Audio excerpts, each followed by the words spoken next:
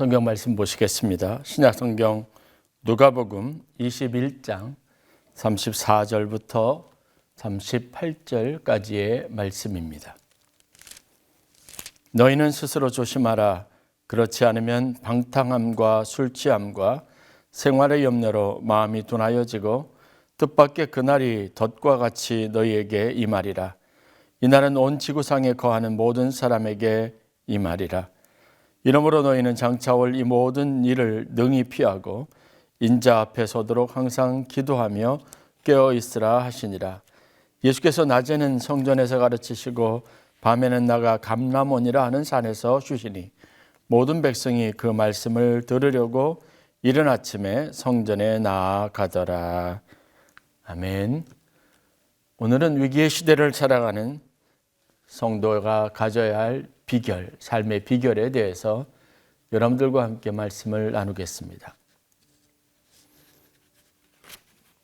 제가 주일학교 교사로서 아이들을 열심히 가르치고 있었을 때 재미있었던 이야기가 하나 있습니다.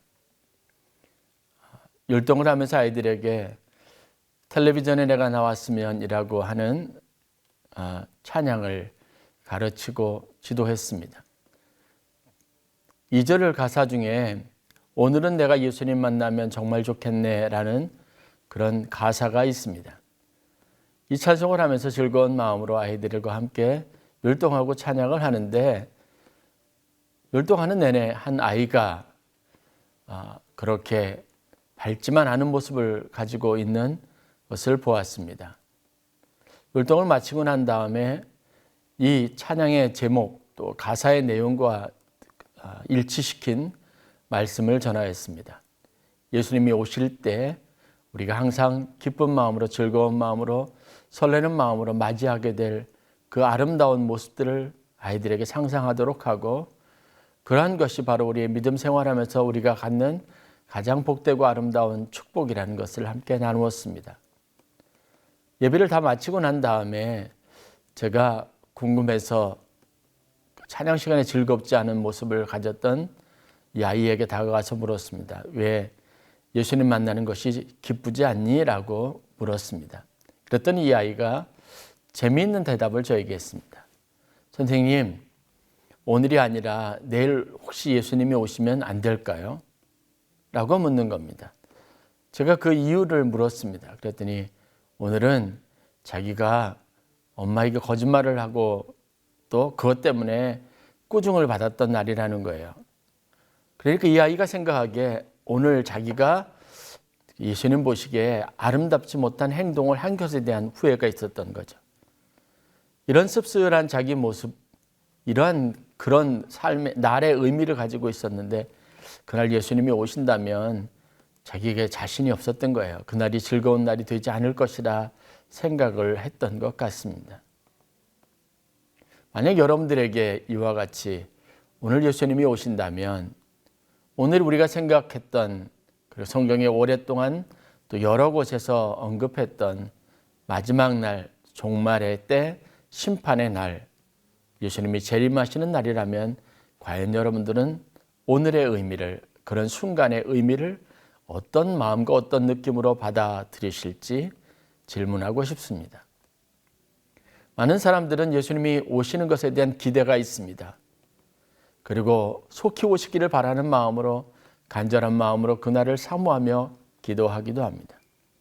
그런데 만약 그날이 오늘이라면 구체적으로 명시되어져 있는 몇 시간 후 혹은 몇 분 후의 일이라면 과연 우리의 모습은 어떨까? 이 어린아이와 같이 잘 준비되어 있지 못하다면 감정적으로 여러 가지 복잡한 상황들을 또 문제들을 겪고 있었다면 그날에 과연 우리가 주님이 오시는 것을 열렬히 환영하고 온 마음을 다해서 기뻐할 만큼 우리의 마음의 준비가 되어 있을까라는 부분에서 의구심이 있습니다. 오늘 성경에서도 예수님께서도 이 땅에 재림하실 그날, 심판주로 오실 그날에 대해서 또 종말의 상황들에 대해서 가르치면서 이 위기의 때, 종말의 상황, 주님이 다시 오시는 그런 상황들 속에서 성도들이 취해야 될 바람직한 영적인 태도에 대해서 가르치시고 말씀하셨습니다. 보통 종말과 심판을 대하는 사람들의 태도나 자세들을 몇 가지로 요약해 보면 다음과 같이 생각해 볼 수 있을 겁니다. 만약 오늘 종말의 때가 온다면, 이제 머지않아 예수님께서 다시 재림하게 된다면 여러분들은 과연 어떤 생각을 가지고 있겠습니까? 묻는다면 첫 번째, 유형의 사람들은 그 때와 시가 정확하게 언제인지 알고 싶어 합니다. 그러면 그 정확한 타이밍을 안다면, 시간을 안다면 우리가 뭔가 해야 될 여지에 여러 개 시간들이 있을 거니까 더 잘 준비하고 마음의 준비, 태도, 자세들을 잘 갖추고 있으면 또 어느 때보다도 성령 충만하고 혹은 사람들과 화해하거나 내가 가지고 있었던 죄의 문제들을 일단 불편한 모든 관계의 문제들을 해결하고 난 다음에 깨끗하고 정결한 마음을 가지고 주님을 맞이할 수 있을 것이라 라고 생각을 하는 것 같습니다. 때와 시간 알고 싶어하는 이런 마음들의 배경에는 그렇게 여분의 시간들이 주어지기를 바라는 마음이 있습니다. 잘 준비할 수 있는 여분의 시간에 대한 관심입니다. 두 번째, 사람들은 그때가 오게 되면 스스로 대처할 수 있는 능력이 없어서 누군가에게 좀 기대어서 아니면 의존해서 아니면 누군가의 도움을 받고 싶어하는 이런 마음들, 의존적인 성향을 가지고 이 마지막 종말에 대한 관심을 가지고 있는 사람들도 있을 겁니다. 나는 스스로 해결할 수 없으니까 누군가의 도움을 받고 싶다. 그래서 목사님의 도움을 받거나 아니면 나 스스로 그렇게 좋은 위치, 좋은 모습을 갖기 어려워서 어떤 목사님이 아니 교회에서 열어지는 어떤 집회, 그런 거룩한 분위기, 연출되어져 있는 아름다운 광경들, 그 속에 나도 한 일원으로 있고 싶어하는 그런 마음들도 가질 수 있습니다. 그리고 마지막 세 번째는 거의 대부분 아마 이런 생각을 가질 겁니다. 필요한 순간과 정확한 타이밍을, 그때를 맞추려고 모든 신경을 거기에 집중하려고 할 겁니다. 그런데 여러분, 우리가 아는 것처럼 그 때와 시기를 정확하게 알고 그 정확한 타이밍에 모든 것이 완벽하게 준비된 상태로 우리가 있을 수 없습니다. 이것이 어떻게 보면 종말의 때, 심판의 때, 주님이 다시 재림하시는 때, 그때가 우리에게 늘 언제나 두려운 또 불안해한 이유이기도 합니다. 지혜가 있기를 원합니다. 우리가 그때 상황들을 가장 잘 분별하고 하나님 앞에 완벽한 모습으로 설 수 있기를 원합니다. 그런데 우리가 하려는 그 어떤 시도도 이 정확한 타이밍과 정확한 상황, 어떤 조건들을 갖추고 구비하고 준비하기 어려운 문제들이 실질적으로 우리들에게 있습니다. 우리가 성경에 나와 있는 열처녀 비유를 통해서도 이러한 사실은 명확하게 알 수 있습니다. 10명의 처녀들은 신랑을 맞이할 나름대로 준비들을 완벽하게 한다고 생각했습니다. 그런데 그 준비들이라고 하는 것이 각자가 생각하고 각자가 예측하는 범위 안에서의 준비라는 한계 상황이 있습니다. 거기에 대해서 더 많이 한 사람과 그렇지 못한 사람들의 차이가 분명하게 드러난 것이 바로 열처녀의 비유에서 얻을 수 있는 교훈이기도 합니다. 그렇다면 과연 우리는 얼마만큼을 준비해야 완벽한 준비를 할 수 있을 것이며, 주님이 올 타이밍에 맞춰서 잘 준비된다는 것은 과연 어느 정도의 심각성과 또 어느 정도의 지혜를 가지고 하는 준비여야 하는지 우리가 늘 언제나 의문을 가질 수밖에 없습니다. 오늘 본문에서도 우리가 예수님이 종말을 대하고 위기의 시대를 대하는 성도들의 태도나 우리가 가져야 될 지혜, 삶의 비결들을 말씀하실 때 무엇을 말씀하시는지 좀 더 깊은 영적인 관심을 가지고 예수님의 말씀에 귀를 기울일 필요가 있습니다. 우리 대부분은 준비한다라고 할 때 우리가 신앙생활하면서 주님이 오실 날, 어느 날 갑자기 임하게 될 하나님의 심판의 때를 위해서 우리가 여러 가지 복잡한 생각들을 가지고 있지만 주님이 제시하는 가장 이상적이고 좋은 해법, 준비하는 자의 자세는 바로 어떤 특별한 것에 초점이 맞춰져 있지 않다는 것을 우리가 분명하게 알 수 있습니다. 본문을 보겠습니다. 34절에 너희는 스스로 조심하라. 그렇지 않으면 방탕함과 술 취함과 생활의 염려로 마음이 둔하여지고 뜻밖의 그날이 덫과 같이 너희에게 임하리라 라고 말합니다. 엎친 데 덮친 데기. 이런 전혀 우리의 기대와 상황과 벗어난 그런 상황들이 우리에게 임하게 된다는 겁니다. 그래서 이것이 우리에게 오히려 덫과 같은 상황이 된다고 예수님께서 말씀하십니다. 그러니까 우리가 어떤 때를 대비해서 특별하게 하는 노력들은 사실 가장 효과적이고 완벽한 대비책이 되지 못합니다. 안전을 위해서 사회에서 일어나는 여러 가지 많은 대비책들도 역시 마찬가지입니다. 반짝 어떤 상황과 어떤 검열, 점검의 시기에 맞춰서 하는 것들은 사실은 좋은 대비책이 아닙니다. 사후 약처방이라고 하죠. 모든 일이 다 일어나고 난 다음에 그제서야 경각심을 가지고 이런 분야에서 이런 문제가 생겼으니까 이런 부분에 대해서는 대비가 되어 있어야 한다고 해서 여러분 점검이 이루어지는 것은 사실 별반 도움이 되지 않습니다. 중요한 것은 불시 그런 상황이 일어나게 될 때 우리가 갖추고 있는 것이, 우리가 대비하고 있는 것이 그런 사고들을, 그런 재난들을 미연에 대비할 수 있을 만큼 충분히 효율성이 있어야 된다는 사실입니다. 그러므로 여러분, 어렵고 힘든 시대를 살아가면서 또 종말이나 예수님의 재림을 기다리는 성도로서 우리가 가져야 될 진짜 교훈, 예수님이 우리에게 하시는 말씀에 귀를 기울여야 될 이유에 대해서 여러분 분명하게 경각심을 가져야 합니다. 예수님의 말씀은 두 가지로 요약할 수 있습니다. 위기 시대 종말에 대처하는 성도들의 자세. 첫 번째는 스스로 조심하는 겁니다.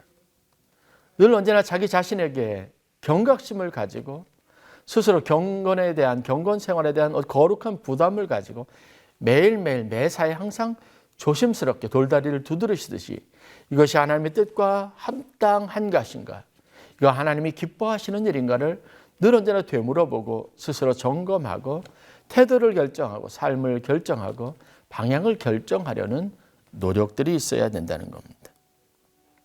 방탕하고 술 취하는 것은 뭐냐면 경각심을 잃어버리는 것의 결과들입니다. 그것이 우리에게 덫이 된다는 거죠. 다섯 처녀가 깨어있지 못한 것도 동일한 문제일 겁니다. 늘 언제나 똑같이 그 시간을 기다리는 동일한 자세를 유지하고 있었다면 시간이 지났다고 해서 피로하거나 그래서 한 에너지와 힘을 한쪽에 쏟아 부어서 그 시간이 지난 다음에 더 이상 자제력을 갖지 못하고 인내할 수 있는 마음을 잃어버린다면 이것은 우리에게 심각한 문제, 그 문제를 초래해야 하는 결과가 되게 될 겁니다. 덫이 되는 거죠. 여러분, 우리가 매일같이 일상생활 속에서 경건 생활을 힘써야 될 이유가 바로 여기 있습니다. 이것이 바로 스스로 조심하라고 하는 예수님의 말씀이 가지고 있는 진정한 의미입니다. 두 번째, 예수님이 우리에게 주시는 교훈은 언제 하나님 앞에 설지 모르니까 항상 기도하고 깨어 있으라라는 말씀입니다. 스스로 조심하라는 말씀과 함께 항상 기도하고 깨어 있으라고 하는 이 말씀이 가지고 있는 의미에 주의를 기울여야 합니다.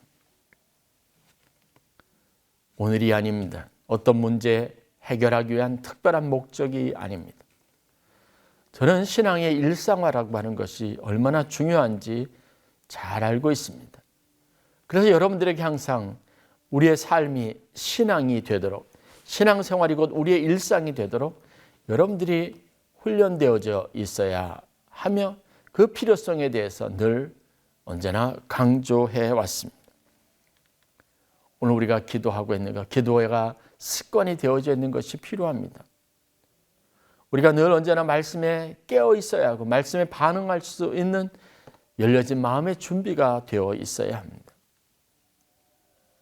항상 기도하고 깨어 있어야 될 이유를 주님께서 수차례 아주 많은 순간 성경을 통해서 우리에게 말씀하여 주셨습니다.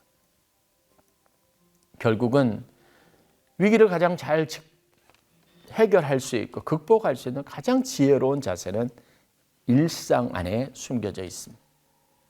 오늘과 똑같은 삶의 패턴을 몇 시간 후도 그리고 내일도 그리고 1년 후도 유지할 수 있는 힘이 우리 가운데 있어야 합니다. 우리 신앙적인 모든 촉각은 바로 여기에 세워져 있어야 하고 초점은 여기에 맞춰져 있어야 합니다. 항상 쉬지 말고 범사에, 이것이 우리가 가지고 있는 신앙생활의 가장 주된 타겟이어야 합니다.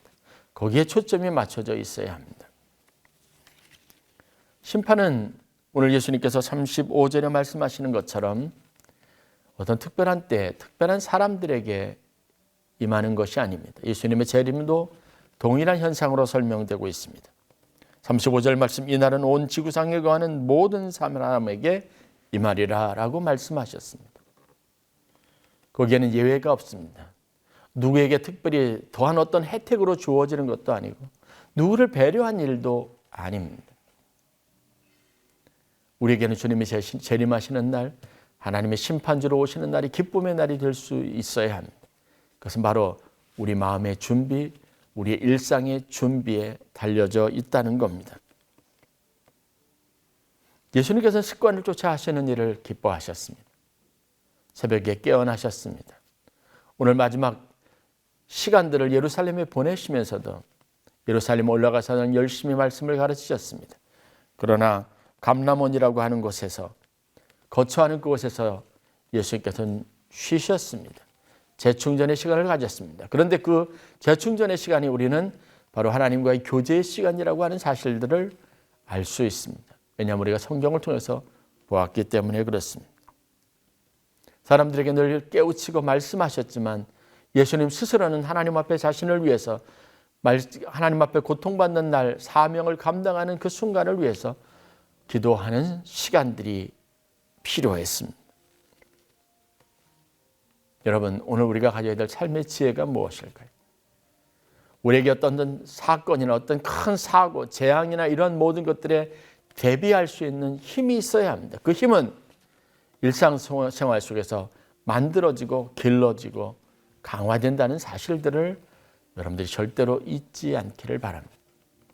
그래서 우리의 일상은 경건 생활의 연장이 되어야 합니다. 언제 어느 때든지 주님이 오실 때 우리가 주님 앞에 우리의 일상의 모습을 가지고 설 수 있는 날들을 여러분 준비하십시오. 계획하십시오. 그 모습을 상상하십시오. 아무 때든지 어느 때든지 주님이 우리에게 오실 때, 모든 나라 모든 사람 가운데 임할 때 우리가 함께 기쁨으로 주님을 맞이할 수 있는 준비된 슬기롭고 지혜로운 처녀들과 같은 신실한 신앙인이 될 수 있기를 주의 이름으로 간절히 축원합니다. 위기는 특별한 대비를 통해서 극복할 수 있는 것이 아니라 우리의 일상화되고 습관화되어져 있는 태도와 준비된 삶의 자세들을 통해서 극복할 수 있고 극복되어질 수 있다는 교훈, 주님의 말씀의 가르침이 여러분들의 마음에 깊이 새겨질 수 있기를 주의 이름으로 간절히 축원합니다. 오늘 잘 준비된 자가 내일 준비된 마음으로 하나님을 기쁨으로 맞이할 수 있습니다. 스스로 늘 조심하십시오. 일상생활에서 늘 경각심을 가지고 스스로를 돌아볼 수 있는 신실한 마음, 정직한 마음을 가지시길 바랍니다. 또한 예수님 말씀하신 것처럼 항상 기도하고 기도해서 깨어있는 성도들이 되시기를 바랍니다. 언제나 어느 때든지 기도가 우리의 일상이 되고 기도할 마음, 기도하는 자세로 하루하루의 모든 삶을 살아가는 귀한 성도가 되시기를 주의 이름으로 간절히 축원합니다.